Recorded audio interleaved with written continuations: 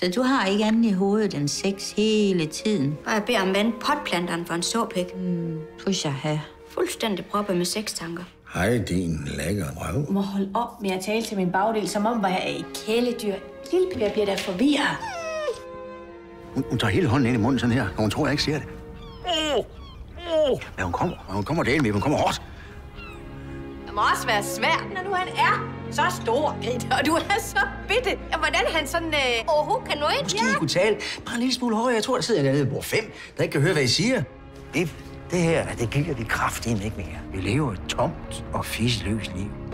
Lad os blive skilt. Du får nogle kontanter i hånden, og så slipper vi for det der advokatlort, som kun gør en pisforvirret. Gør en pis forvirret? Der er alt for meget papirarbejde i det. Står der idiot her? Hvad? Yeah! 2,5 det værd. Det er jo ikke så meget. Det er millioner. Det tror jeg skal kaste op i. Konen kører rundt i Mercedes, så I sidder her og ligner på førtidspensionister fra Bulgarien. Højre bagløb, den virker. Du har hyret en russisk legemorder! Jeg er fuld!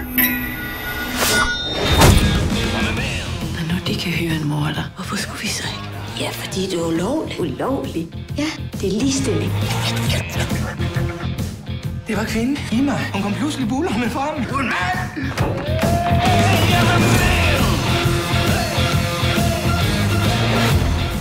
Kan ikke tænke uden Chardonnay. Jeg henter mere. Du vil ikke gå ud og lede efter mænd, der ser Niels Malmros film. Og et råbe. Hvad fanden i helvede ligner jeg, hva'? Han sprang kraftedeme, det er fandme aldrig set før.